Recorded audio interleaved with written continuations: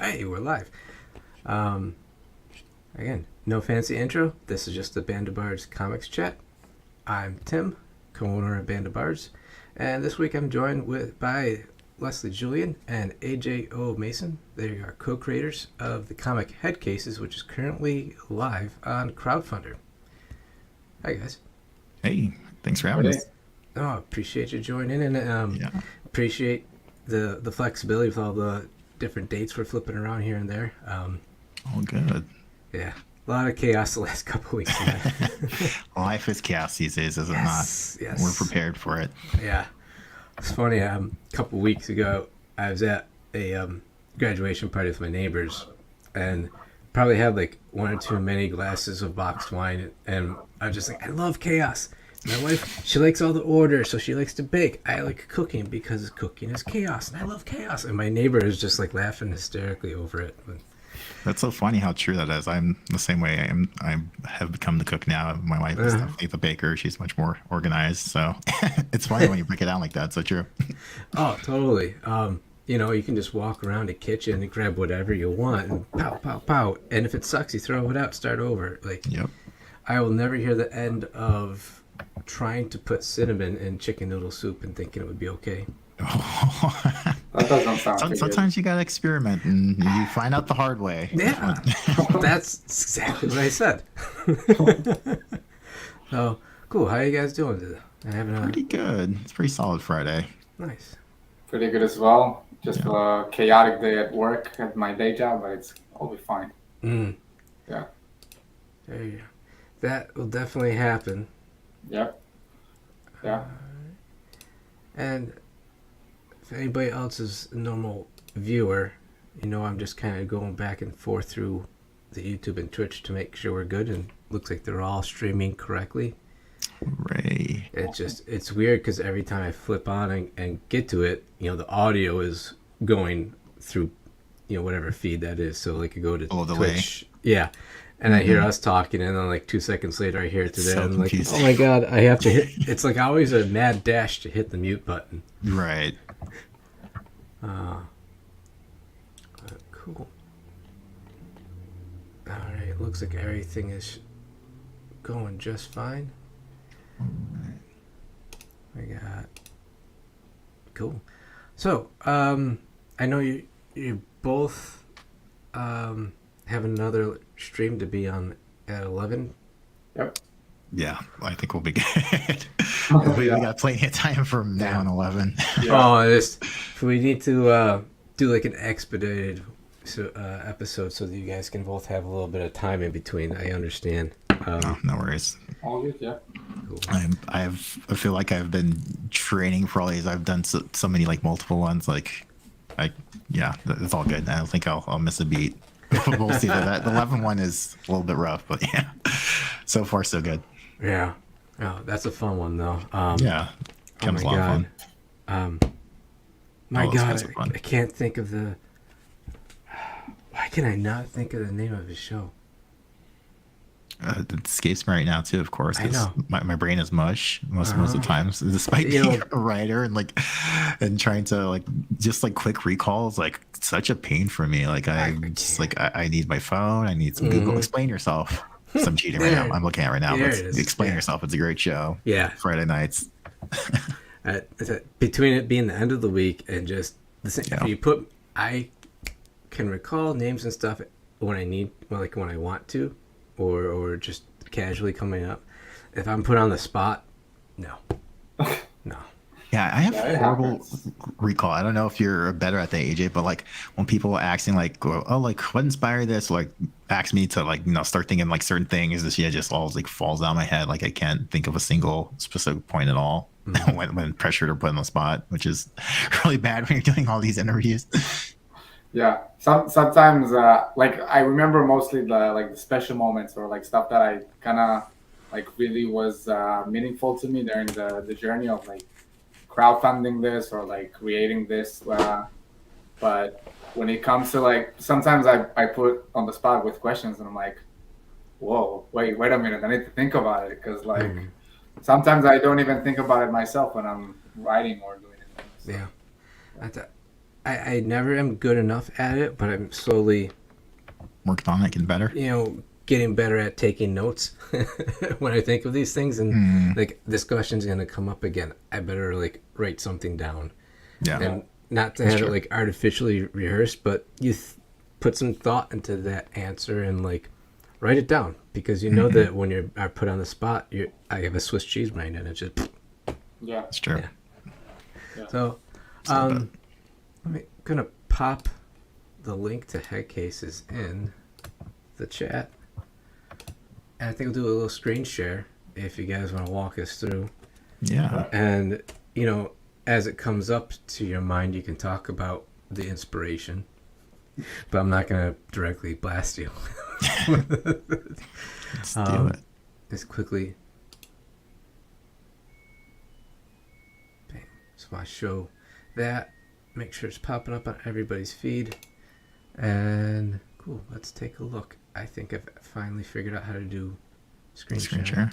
Yeah. Hooray. All right. Yeah, first time I tried to do it, the computer's like, Google Chrome does not have permission to do that. Of course. All right. Headcase, share. Cool. There it is. Yeah, sweet. There is our campaign. Yep. Ooh. Does any of these look that good? No, these are all really... That's a little bit better. That's pretty good. I don't know if it gets any better. That might be the best one. Trying to make it as large as possible for everybody else to see, but yeah. So yeah, there is the campaign page. We are on Crowdfundr. We decided to try giving a different crowdfunding platform a shot for this campaign. So we kind of like you guys did with Zoop. Similarly, we rolled the dice and are giving a shot to Crowdfundr, which is a newer crowdfunding platform out there. They're or affiliate, or rather their parent company, Connection Point, owns a fundraiser, which you may have heard of, which is kind of like a GoFundMe type platform. And they had some comic creators actually run some campaigns on there. And they were like, we could probably have a better platform more suited for creatives, pretty much. So that's when they launched Crowdfundr, same day as we launched our campaign, June 21st. So cool. They're brand spanking new. Nice. Yeah, I heard a lot of good things about them. It's neat seeing the different platforms come up and, the different approaches.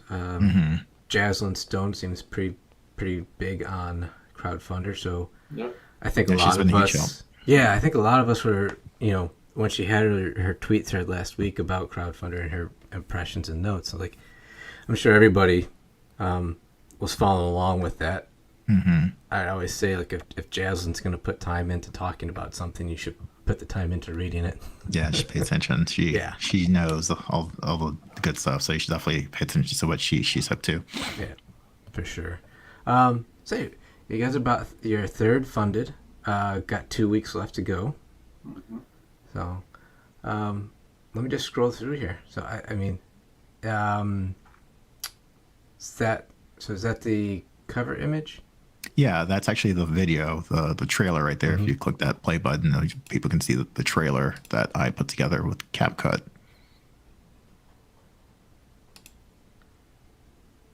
Was the audio coming through to you guys?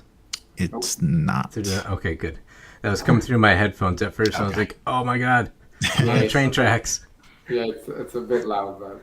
Yeah, it gets loud. So, yeah. People can see, basically, the story is these two kids, Hila and Ramon, they're on a subway ride to school.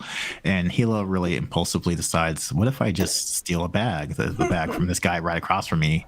And they steal it, and you're going to see pretty soon. They're in a park. They get away from the guy, and they open it up, and to their surprise, there is the head and the guy chasing them, they're gonna come to find out is a hitman. So things really get going really fast. Like, that's all within the first 6 pages. Like, we really get things rolling really quickly in the story. It's really off the wall, kind of interesting crime thriller that we put together. Very cool. Yeah. Gosh, it almost reminds me of a Joe Pesci movie. And he's got eight heads in a duffel bag. Yeah. Yeah, we had a really bad meme that I put together for that. Where I've just been doing a lot of MS Paint, like just stupidity with movie posters, and that was one of them I did. Oh, okay. Yeah. Yeah. Oh, very cool. I tell you, the art is amazing. I love that color, especially.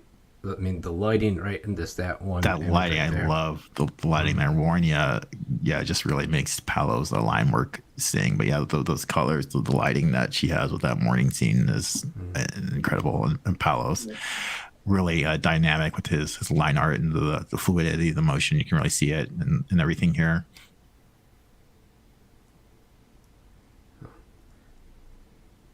Obviously, not for young children.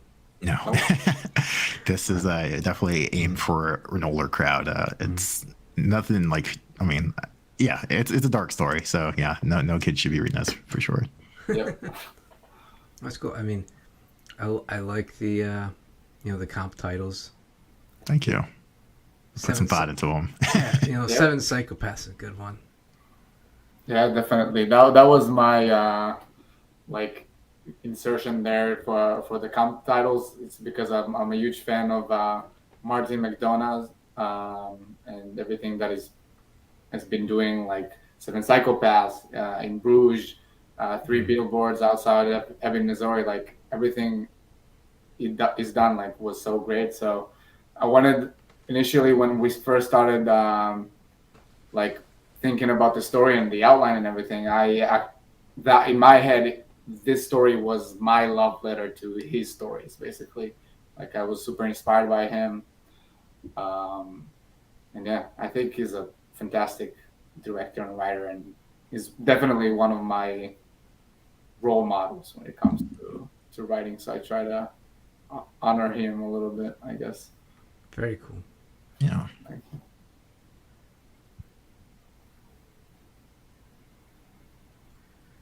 Nice. I like it too. You guys are keeping it simple. You've got pretty straightforward rewards. Mm-hmm. You've got the digital and physical copies. Not going crazy with variant covers, which, that's one of those things where sometimes you see just a dozen different variant covers and you're like, gosh, how much of the money that you need to fund the book is going into the covers? Yeah. But, yeah.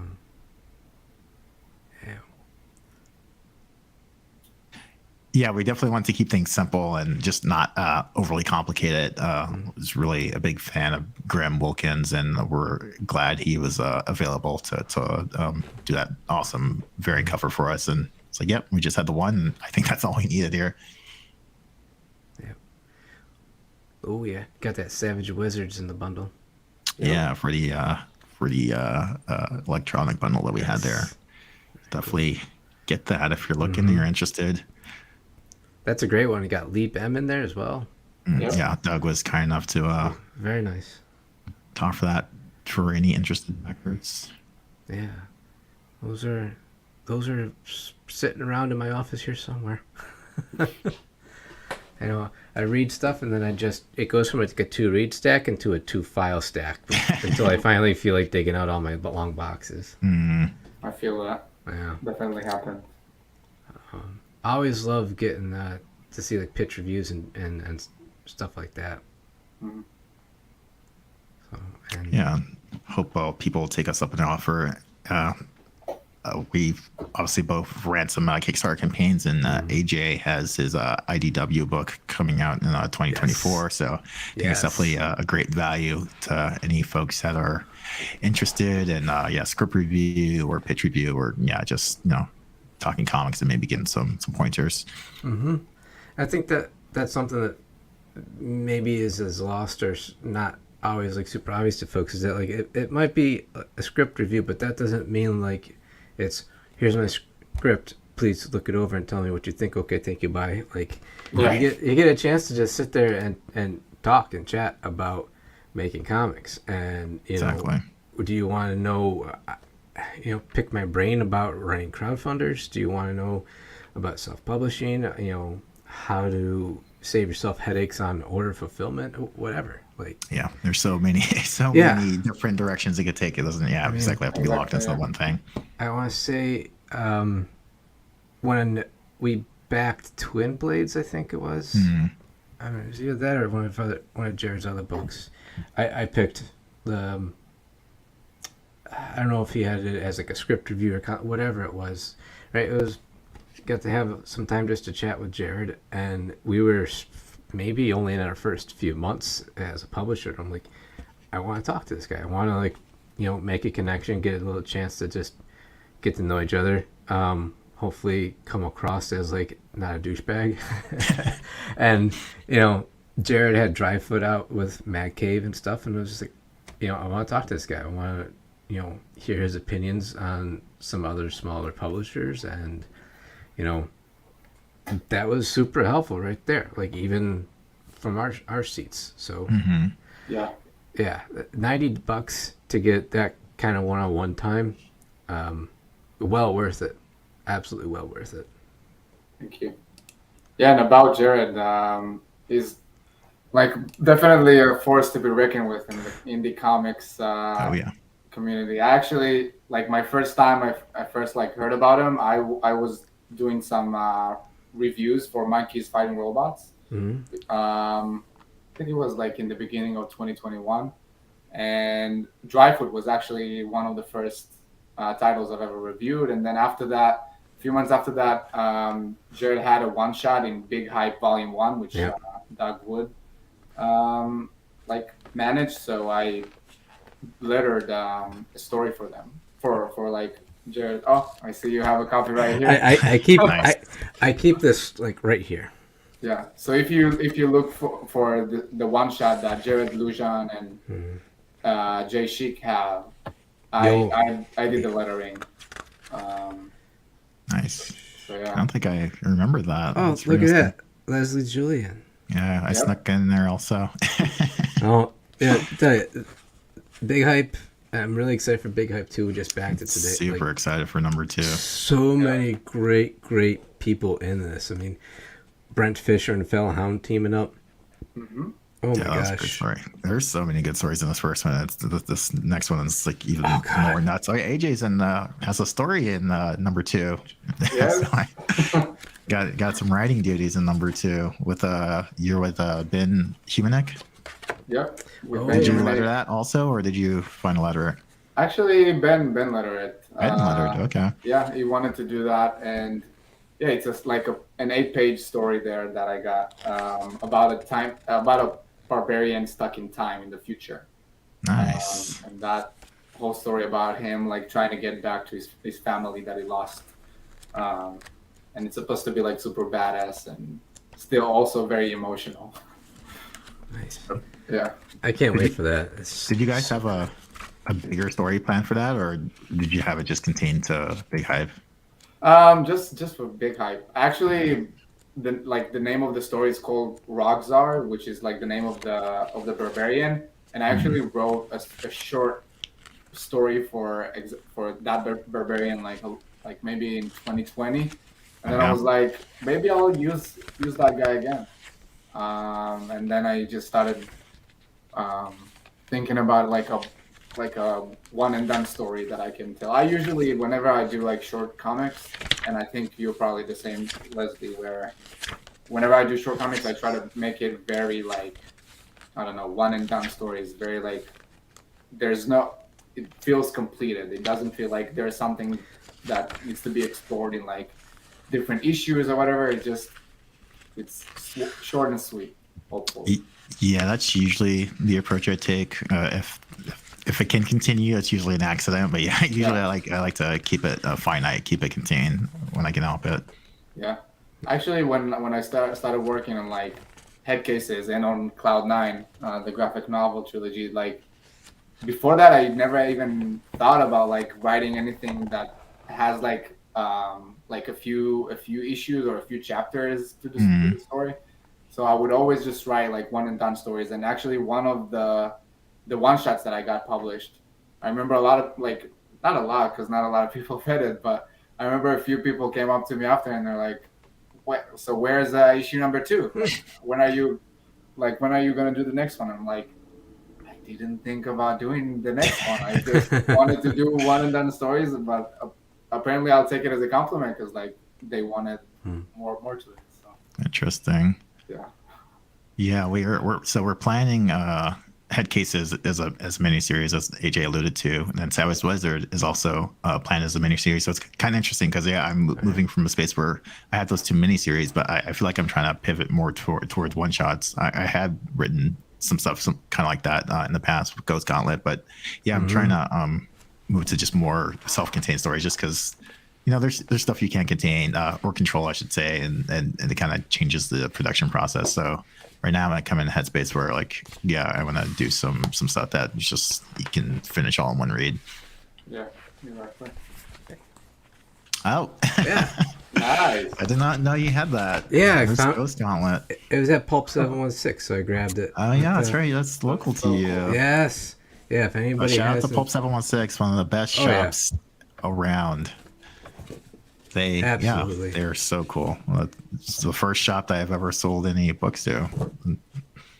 So yeah, that was really awesome. Yeah, Ghost Gauntlet is available on my Ko-fi. I can't remember how you say it. If you look hard enough, find me on the internet, and if you want to read it, it's on my Ko-fi somewhere. Definitely a fun book, worth the get.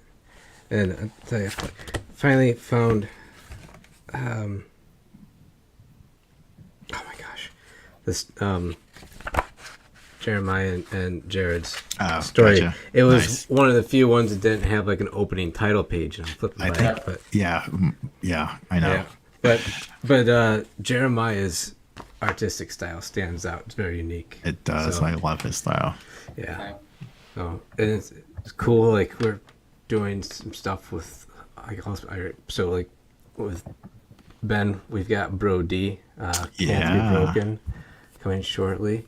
I actually got to figure some things out, right? Because now the diamond distribution, all that, like, changes up what we can do and possible timelines for stuff. Mm-hmm. So there's some chatting and figuring out what,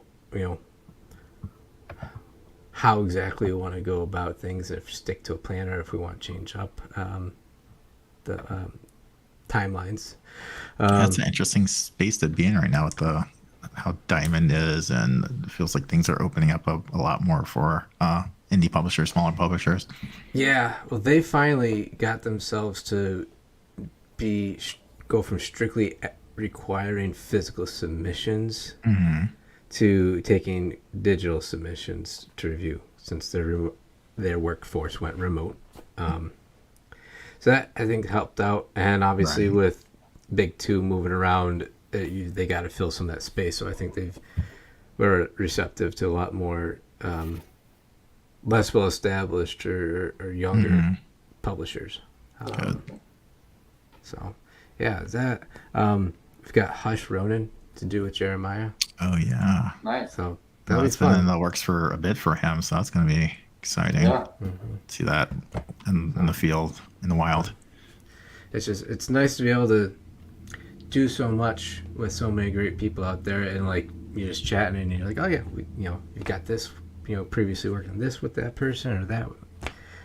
I think that's one of the most endearing things about this, right? Is it is kind of like a small, tight-knit community in a lot of ways. Yep. And you got Dark Side of Fury that's close to wrapping up and has been doing amazing. Yes. And so necessary and vital right now. Good thing you reminded me. Plug that. I'm gonna need. Well, it's got 5 minutes left on Kickstarter. What? Oh my gosh. Yeah. Jeez, I didn't realize it was only 5 minutes. Yeah. I will flip over to that. I want to come back to talk about getting drawn in. But you just reminded me. Oh yeah, amazing. I do need to check over this. 4 minutes. That's crazy. You find yourselves at the same point, right? You're just furiously hitting that refresh button, even though it's only been 30 seconds. Right. Definitely. Yeah. Close that. Yeah, this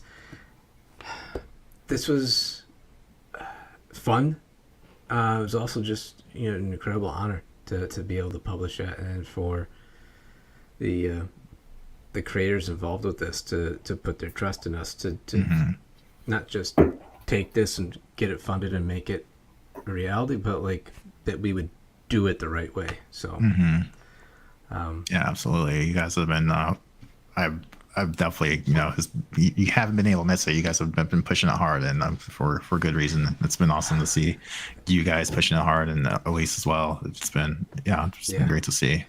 Yeah, I think everybody hits that point, right? Where they're like, am I oversharing? Am I starting to annoy everybody? There's no such thing in my eyes. I mean, I'm sure there's a small minority of people that feel that way, but for me, no, keep going. Don't stop. There's always someone that missed it.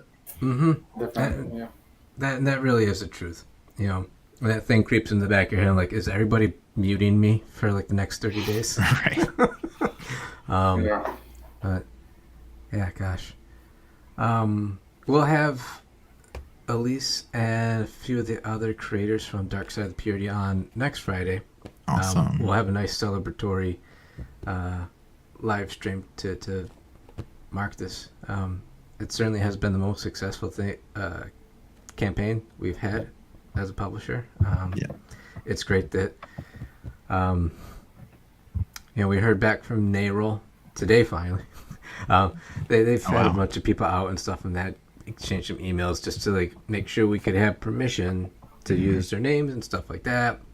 Asked if we'd be able to use their logo on the cover, and that we won't be able to do because they're so short-staffed. They have no way to vet projects. Oh, jeez.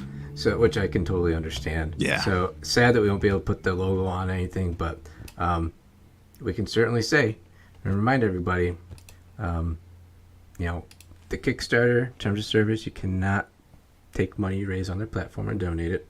Mm-hmm. So you use the RIP funds to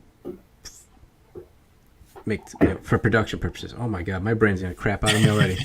So right, this is gonna pay the creative teams. This is gonna pay for printing. This is gonna pay for the fulfillment, and all the other excess that's left over will go straight to the creative teams, and any other future sales, right, through distribution or direct sales that we've got. Gotcha.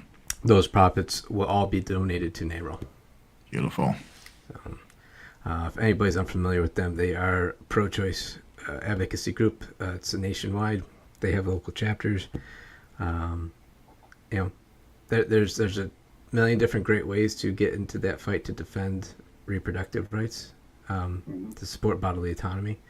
So get in that fight, whichever way you can to make a positive impact, because it certainly does require everybody at this point. Yep. Truly. That's where we're at. I see you're down to the last minute. Yeah. So it's taking off 55 everybody seconds. knows how much longer they need to listen to me talk about. Still have a minute to back it if you haven't yet. And it's very cool. I can't remember if I've watched the live countdown like that before. I feel like I've done it for one or two. I don't do it often, but probably for I'd probably do it for Big Hype and Savage Wizard. So I hope there's like confetti and balloons and stuff that explodes when it's your birthday on Twitter. There is. Cool. Get ready. Oh boy. Maybe you're too busy with the other ones. I feel like, with the Kickstarters or crowdfunding in general, just like you think you're going to be plugged to your phone. I mean, you still are plugged to your phone or computer a lot, but it's like, real life happens and you're away for 3 hours and like, oh yeah, that's right. And surprise, like, I successfully funded the thing. But sometimes you get pulled away and then you're writing your thank yous 2 days later and all that stuff. But there goes the fireworks and the confetti. Nice. Congratulations. Congrats. Band of Bards and another successful Kickstarter. Oh yeah. Thanks, guys. Thanks for reminding me. I was like so geared up with Headcases and looking through all that, I completely forgot.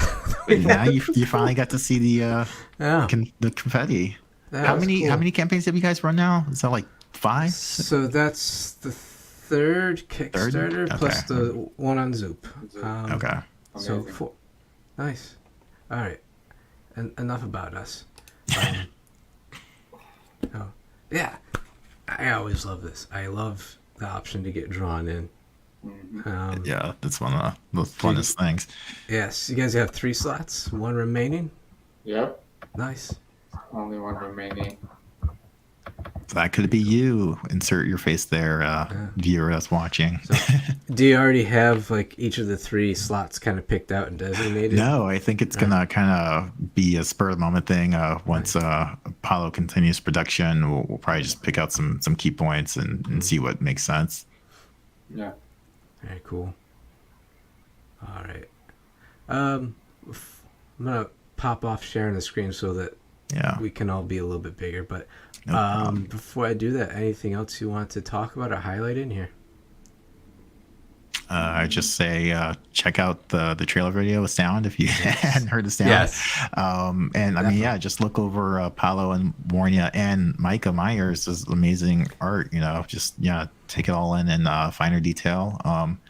So Crowdfundr is a little bit different. There's like a tab you can check out all the team bio stuff if you want to do that. Yeah. And that's about it.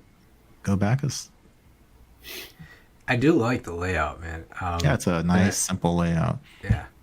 So that's cool. Like it up there. Subscribe to get the emails. Mm-hmm. Yeah, this is just such a really nice.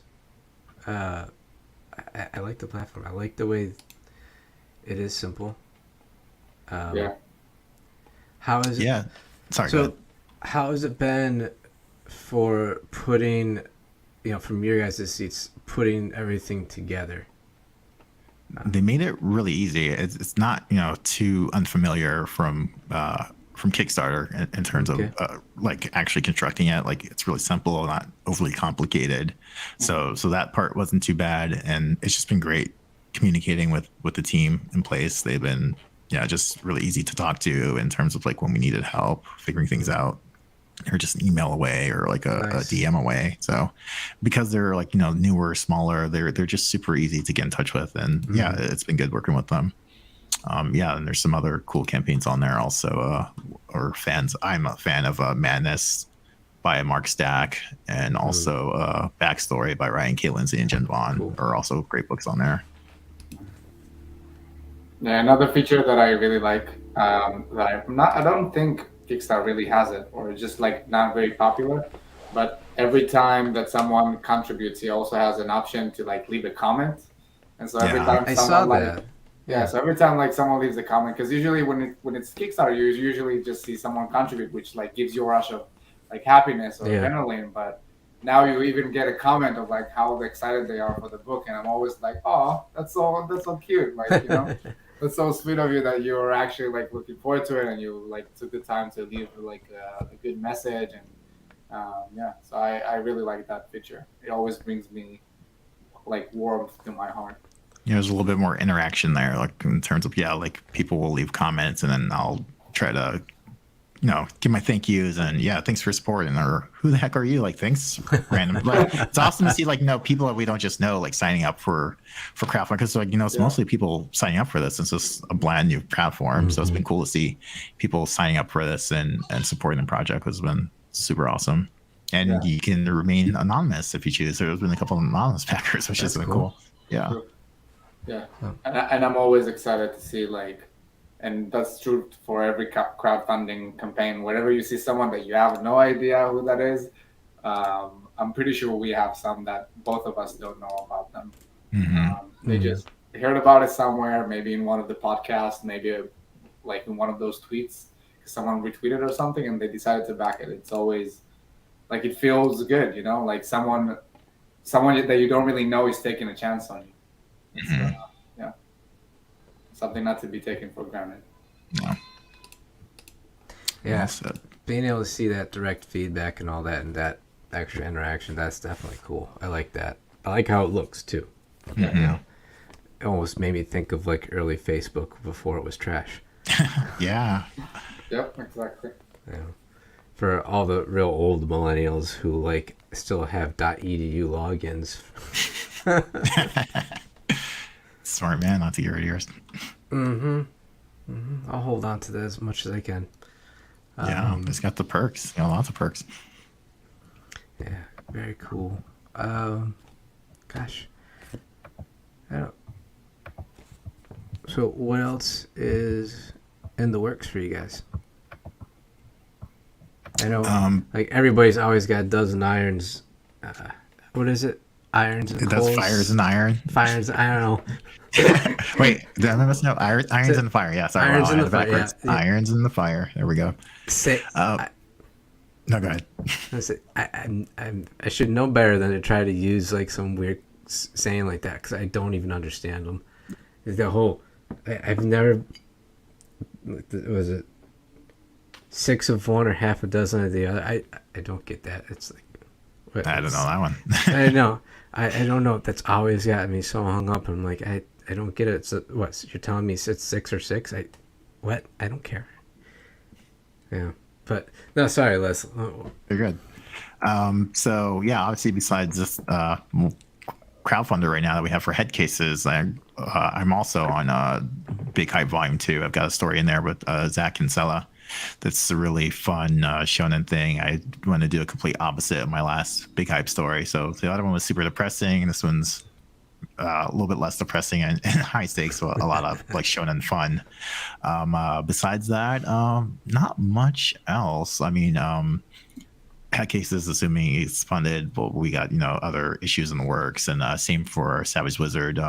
We are slowly getting towards the end of inking, and we'll hopefully get to fulfilling by September or so, I'm guessing. But yeah, we're getting there. Brian has shown me just insane inks right now that I can't wait to show people. Cool. And other than that, I have this one story that I need to get back to revising, but that's kind of a ways off. So I'm kind of slowing down. I don't have too many irons in the fire right now. I'm just focusing on the crowdfunding for the most part. But AJ's got some big stuff in the works. Mm-hmm. Thank you. Yeah. In terms of my projects, right now I'm actually also taking, just like for the next 2 months, taking like a bit of a step back, except for of course promoting like Headcases and stuff. But I still have the Cloud9 books in the works. I actually just before the show I sent out to the editors the outline, the first draft of the outline for book 2. Whoa, man, yeah, you're really ahead of the excited game. Yeah. Because they wanted, and I also agreed with it because I really like that idea of like putting, because especially for those graphic novels, they're like for young adults. Mm-hmm. So I didn't want to. Both me and Dom, the co-creator, we didn't want to just release book 1 and then wait for like 2 or 3 years, release book 2, and then wait 2 or 3 years, release book 3. Because we thought about it, like the young adults that we're writing for book 1, they will grow up and maybe they will grow even out of it, and we wanted like something to be a little more consistent. So yeah, we're already hard at work on book 2 when it comes to the writing. Dom, by the way, his full name is Dominic Bustamante. For anyone that wants to check him out, he's an amazing artist. And I also just got the second batch of the pencils for the first book in the email, a few days ago, which is that's gotta give you goosebumps. That's the best feeling. Just art in your inbox is nothing beats that.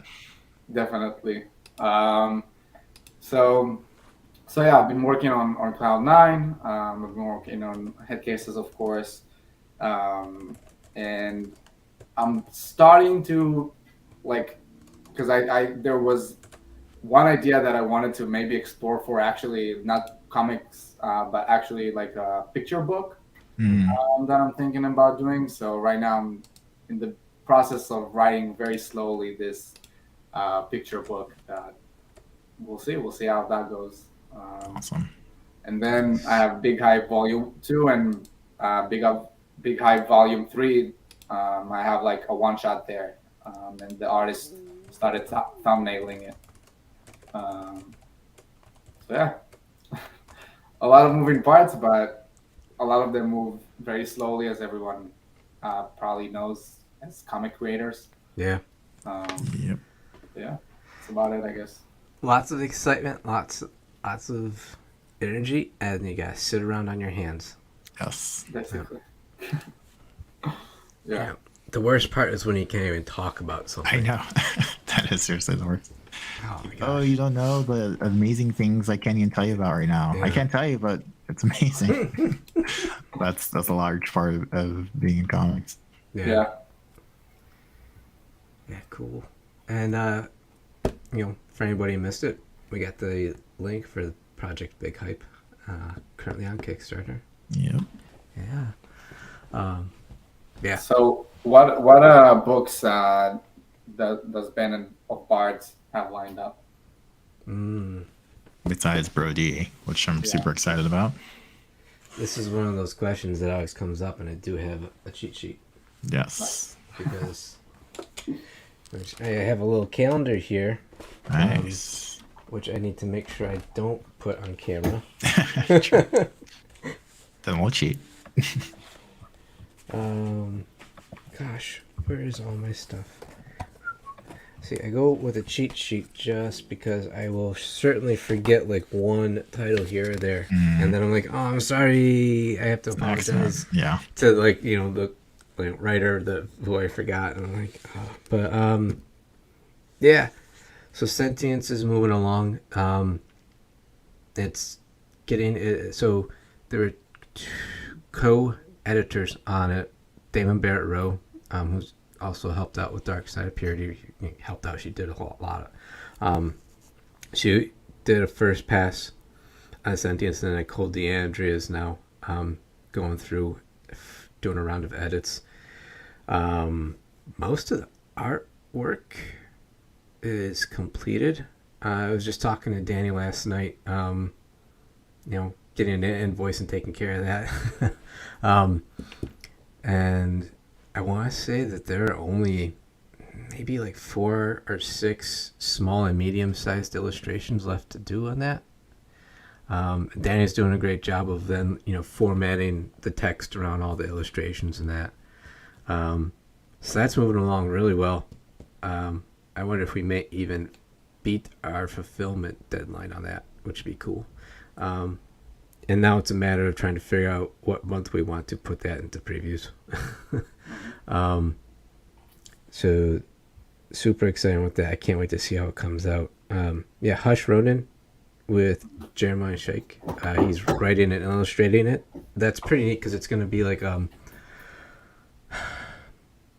it's almost like a series of one shots. So we're talking about trying to do it for like a quarterly release, where I think Jay's got like 4 stories already kind of very well mapped out and plotted. So they'll be their own like little self-contained. I don't even know if you want to stretch it and call it a novella, but a nice like something that's 30 to 40 pages, something in there. They give you a nice full story that isn't like a big super overwhelming thing. It isn't like a very costly product for a reader, but you get to just have a full story. And like if you miss that first one, it's okay. You can pick up the second or third or fourth or whatever and just enjoy that without having to know all the other stuff. Yeah. I have actually a question about it because I might be hallucinating, but when I think Jeremiah sent me the first issue of Hashbrown, and I think I read it. Is it like gonna be the same one, or is he redrawing it, or? So I think he had kind of like I don't want to say prototype, but like almost like a prologue to it, where he's getting a lot of his initial ideas together. Yeah. The first story will, I think, be largely based on that, but it's expanded. Gotcha. Cool. Very cool vibes. Very much like if you liked. Oh gosh, why can't I think of the TV show? The Star Wars cartoon that they did that was almost in like more of an anime style. Oh, I know what you're talking about. Yeah. Oh gosh. Visions? Probably, yeah. Star Wars Visions? Yep. Yeah. If you enjoyed those stories, if you enjoyed that style, you'll definitely like Hashbrown. It'll have more, have kind of that spaghetti western vibe to it, but very well done in feudal Japan. Just, I don't know. I like it. Yeah. If I'm not mistaken, again, by reading it, it also really reminded me in the best way possible of Samurai Jack, the TV show. I was gonna say like that. Yeah. Makes sense. That makes a lot of sense, actually. Yeah. I don't think ever saw Samurai Jack. Great show. I just don't watch a whole lot of TV, and people always get me on that. They'll talk about. They'll That's fair. I'm reference behind something. on some of these shows. Oh, I God. get that. Yeah. I That's true. I rewatched the Netflix Punisher series recently, and that I just go back to the same things that I like, and That's cool. I don't know. Yeah. They're usually just like making and producing comics. I get it. And they're just like in the background too. I think that's why I don't usually do too much new TV. Is that it's usually just in the background, like I'm trying to work. I probably should chill out and just veg a little bit more, but It's important. It's definitely important. yeah. Magni the Mighty from Devin R. Scott. Oh, awesome! That's right. Yes. I love Devin. Glad Great guy. to see that. Yeah, that's gonna be awesome to see that relaunched. Mm-hmm. It's another one where like Devin is very smartly crafted, just the way it's kind of outlined, so that you get like 3 to 4 issues tells one arc, and then maybe like have it a one shot that interjects, and then another 3 or 4 issues that would tell a different arc, and like you can jump in at any point and not Get lost. Yeah. Yeah, you know, and that appeals to me, right? Because like I'll go into a shop. I don't like really pick up Spider-Man comics or a lot of others because I just like, where the hell do I just pick it up and start from? Right. You know, so Pick up at 227.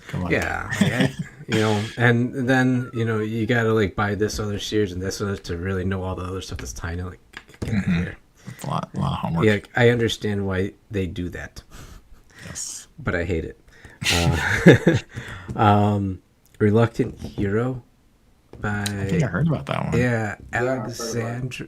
Yeah, Alexandra is she's really just knocking it out with that. It's another one where so Alex McCarthy, she's the writer and artist. It's another one with it's a little more anime style. The 3 main characters in it are like 18, 19, 20-year-old women. So that's another one where we asked Nicole DeAndre to come on to do the edits because I certainly wasn't the right person to be an editor on a story like that. Like I don't really know what it's like to be a 19-year-old girl. You don't? I know what it's like to try to raise one. It's not fun. It's different. But, yeah, but I'm sure it has its moments, though. yeah, but yeah, that was probably one of the smarter decisions we've made. Yeah, Nicole's an incredible editor. Yeah, she's fantastic, just awesome to work with, and really like Chris and I enjoy being able to do as much editing work as we can, but you got to bring people on that have the right sort of perspective and experience to be able to not just proofread something and check for like, whether or not the pages and panels are flowing correctly, but, be there to be the, almost like a surrogate voice for these characters and help guide the writer along to, maybe this language doesn't sound right, or it's like kind of clumsy, or is that really what, this character would be saying? In that situation, or maybe this is one other wrinkle to the plot you could throw in there that me as some nearly middle-aged guy I would not have any clue about. So yeah, and we've got a bunch of other stuff planned with Elise. I know she's got so much stuff going on that I think we're going to kind of juggle some stuff. Got an email from her earlier in the week about it. Nice. So yeah, She's there's busy. Oh gosh, she's got so much. I need to be like her. It's I need to start. I want to ask her about her secrets. Like, man, yeah. I need to get Chris, her workflow. That's yeah. awesome. We got From the Static, the horror anthology, coming shortly. Really excited about it.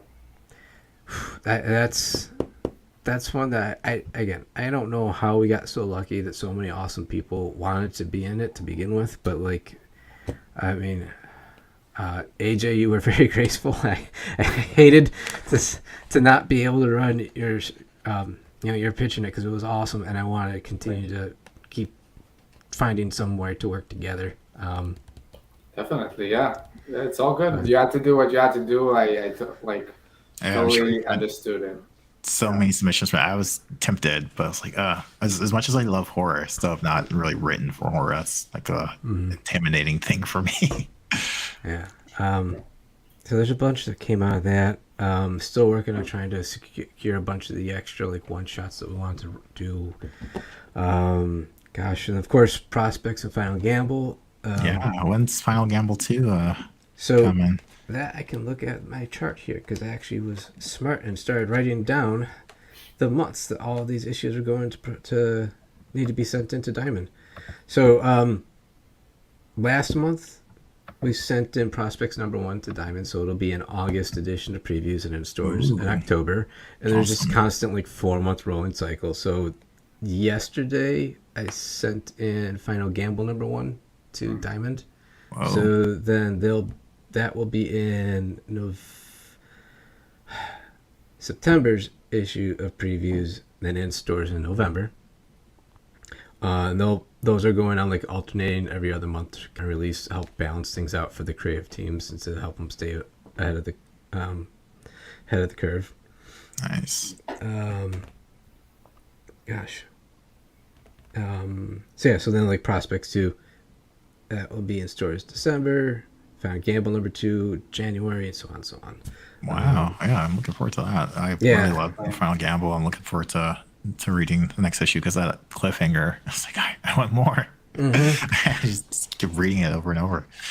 Robin has done a really great job. I've read up scripts for up to issue #9, and she does an exceptional job of not just tying the story together, doing the different plot lines, but just in the structure itself of the story. And I think that's probably something that like is very valuable for someone to come and do, a script review with you guys. Is understanding not just the flow of the story and little technical things like, how many words should I be trying to cram into a single word bubble, but just the structure of the story, and like, you've got how many pages to work with that you're planning. So how many pages per scene that you want, how, what do you want to be revealed on that page flip? How do you want that first page to grab someone's attention? How do you want that last page to really make someone thirsty for more and likely to pick up that second issue? Because that's the whole point of issue #1, right? Is to make somebody read issue #2. Those little technical things I think are what you really learn when you get to do a script review with you guys. So again, anybody out there who is maybe starting out and they're comics creating, or is just trying to dabble, or is having a hard time with scripts, you should back Headcases on Crowdfundr and get that script review. Not a bad idea. Yeah. Not a bad idea at all. Yeah, that's also something that when we, especially those first 6 pages that we wrote, we really were, it was in the back of our minds, when is the page reveal, when is the big surprise, all that kind of stuff. We were really, I don't know, we thought about it a lot. And I remember we had a little bit of back and forth, especially about, again, those first 6 preview pages, because also initially we wanted to pitch it to some publishers, and we wanted that final page, final 6 page to really have an impact. So I remember us really thinking about it a lot. Yeah. So you mentioned that you've got this planned for a series. I don't know if I just was not paying attention enough. Or just, how many issues are you thinking of running? 4-issue miniseries we have planned for this. So finite story, we know where it's gonna end pretty much. But yeah, we saw this 4 issues, and the 4th issue being like a like a, what do you call that? Like a, Jay, you know the word. My brain's not working. Like how would you say that? It's just like 2 issues in one. Like it's gonna be around it's like 40. Oversized. Yeah. Double issue. Oversized. There you go. Double issue. That's words. Thank you. Thank you, Tom. Together, all 3 of us can maybe form one word. Oh. So we cool. want the last issue to be like really big. So we decided, you know what? Because we were thinking initially to do it like a 5 issue miniseries, and then we were like, what if we just cram like the ending in 1 issue and make it actually like sort of like an event in a way?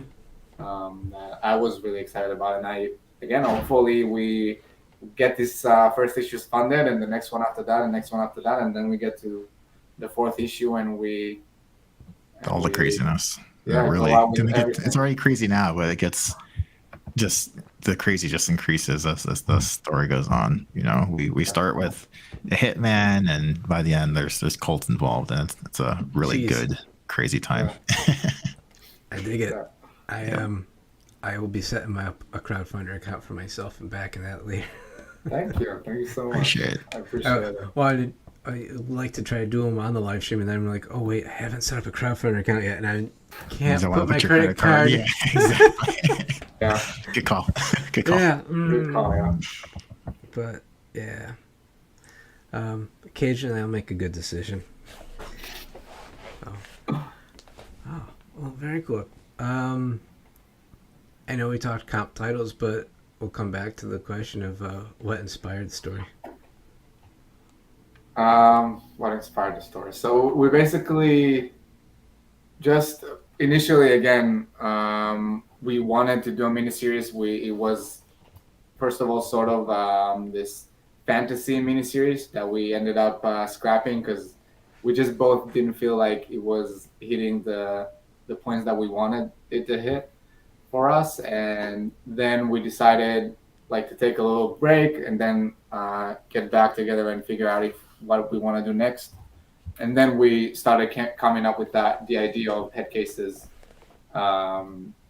which of course, like for the title, when did we come up with the title? Because that was, I remember, like something that we had to think really hard about. We had to think really, because I think it was after we figured out like, our MacGuffin and like, okay, like there's gonna be a bag and there's gonna be a head in the bag. Yeah. And so, it was just, again, like hitting back and forth, like what's gonna be clever, and then like, head case is, the play on word because case is in the title, and it's like boom, like that's the one. It took us a little bit, but once we had like all those elements locked in, it's like, oh my gosh, head case is like, that's the perfect title for this. That's good. It's cool because like, really obvious merch item would be selling handbags. I know. Maybe head cases too, if we really. I always feel like yogurt or Spaceballs. That's like, right? Merchandising. Yes. Because that's really where a lot of the money is to be made, right? But like, that's maybe another thing for someone to get that consult on is shipping, thinking about those kind of logistics of like if you're gonna do something bulky like a handbag or water bottles or whatever it may be, like I think like that adds to your shipping cost. So especially for newer campaigns, and even myself, I usually stick to things like mini prints or like flat things that you can add with your comic, add with your mailer, where you're not really adding to your shipping fees unless you're really comfortable bumping up what you're asking for and your goal, is that's going to totally change things. Yeah, usually if I can't fit it into a Gemini, I try to not do it. Yeah, I think that's the right way to go. I mean, not to say you can't do that, but I think 8 times out of 10, that's probably the best way for most folks to go. Mm-hmm. Yeah, posters are a gigantic pain. Yes. I don't know how folk do it. And like I said, I like a nice mini print. I don't know how people do posters. You're going to worry about them creasing, or you're going to get like a tube. Yeah, it's a headache. Cool thing with mini prints is that they become bookmarks too. Yeah, I love a good mini print bookmark. Seriously, I've got a couple like that, and they're the best. I never have enough bookmarks. I mean, that's something we could have done, because bookmarks are the best. bookmarks. Nice. Yeah. You know, the first time I started going around to local shops here, I was shocked at how many were asking, like, if we had business cards to hand out and stuff. I'm like, really? Interesting. I was thrown out. So I was like, I hate business cards because you lose them because they're small. You know, you don't want to keep them. I usually do end up using them as bookmarks. I'm like, why don't we just make a bookmark to give out to everybody? And on the other side, Ooh, that's really ingenious. Sorry, I'm gonna steal that idea, Tim. dude, steal it, use it. I mean, make them crafty because then you can leave them at shops too. Yeah, no, that's a great idea. I'm writing that down. My notebook full of good ideas.